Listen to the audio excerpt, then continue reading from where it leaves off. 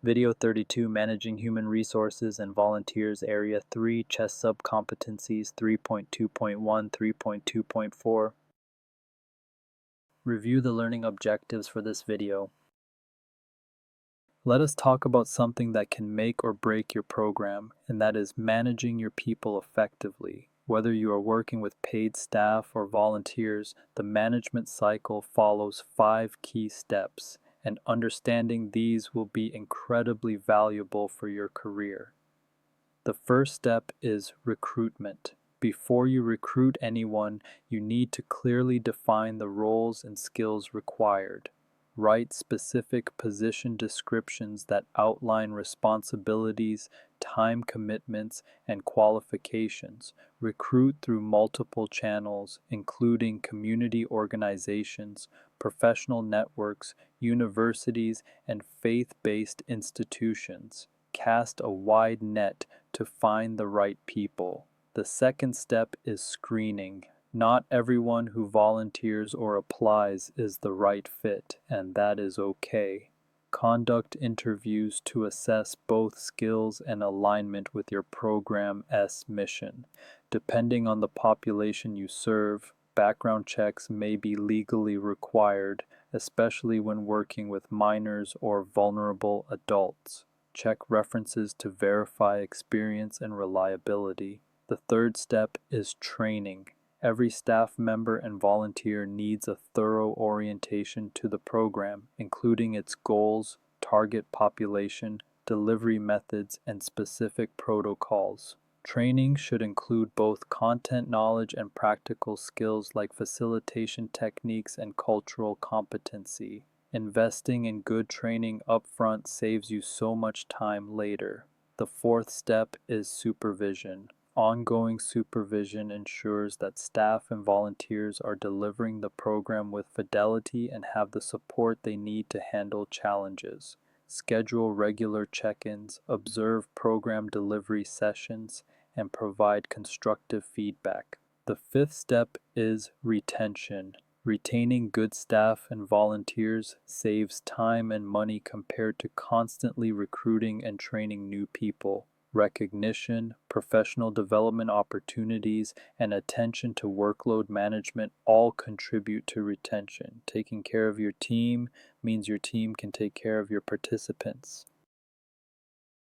Now I want to talk about something that is really close to my heart, and that is protecting the well-being of the people who deliver your programs. Burnout is a significant threat to health education programs, and it affects both paid staff and volunteers.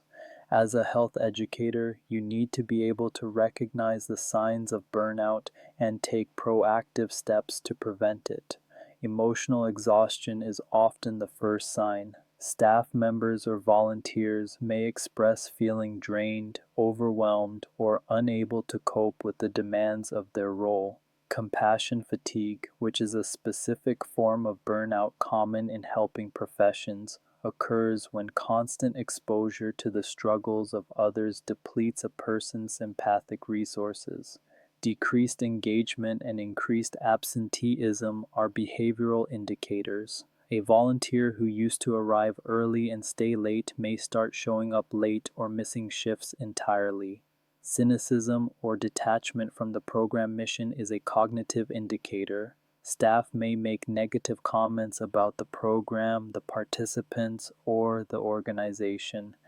Physical symptoms such as frequent headaches, difficulty sleeping, and recurring illness can also signal burnout.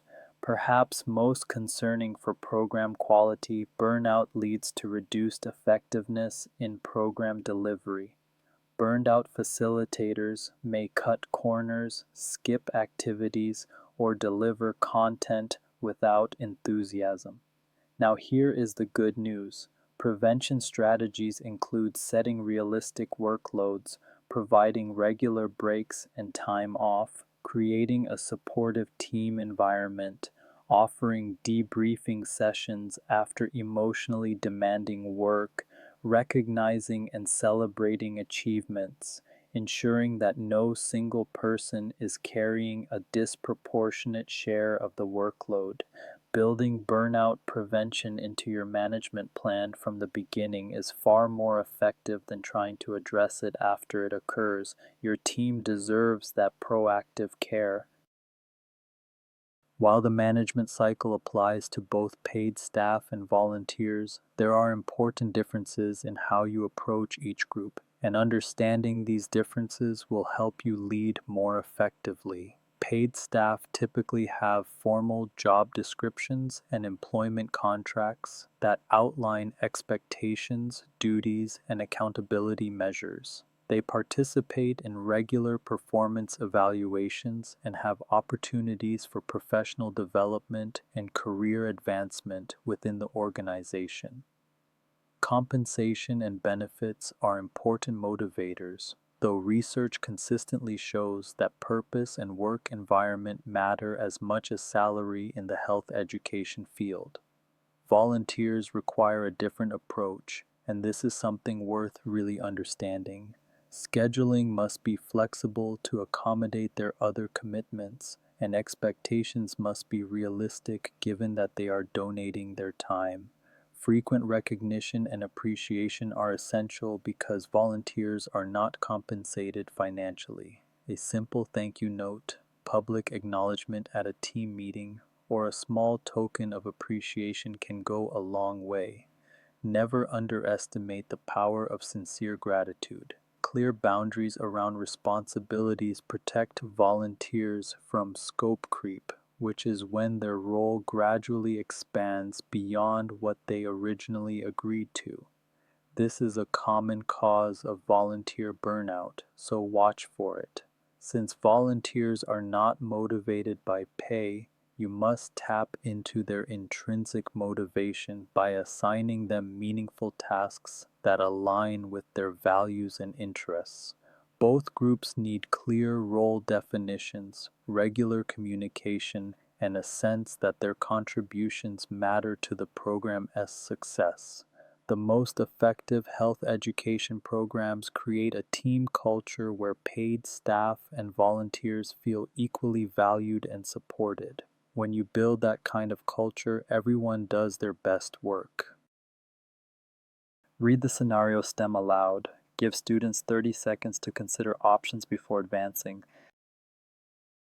The correct answer is B. Before taking any corrective action, the health educator needs to understand why volunteers are leaving and why remaining volunteers are frustrated. Individual conversations will reveal whether the issues are related to workload, burnout, lack of recognition, role confusion, or other factors. Recruiting new volunteers without addressing root causes will likely result in the same problems recurring. Reducing sessions may not address the underlying dissatisfaction, and requiring commitment agreements may alienate the remaining volunteers further.